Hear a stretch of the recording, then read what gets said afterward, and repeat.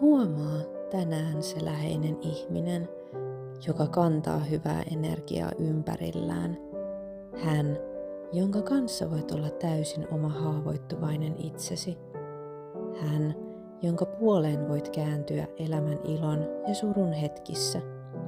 Joka ymmärtää sinua, on rehellinen, avoin ja aina valmis keskustelemaan kanssasi.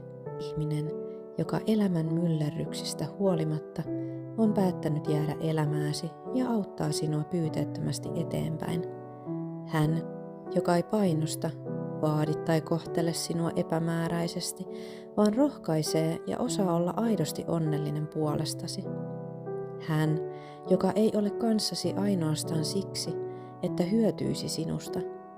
Huomaa se ihminen, joka puhuu selkäsi takana hyvää. Hän, jolta uskallat pyytää anteeksi ja näyttää myös omat varjosi.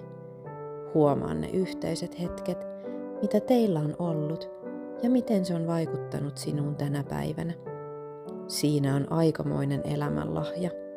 Tärkeä, ihana ihminen sinulle, joka myös ansaitsee vastavuoroisesti sinulta näitä asioita. Pelkkää hyvää. Pidä tästä ihmisestä kiinni ja luota tulevaan.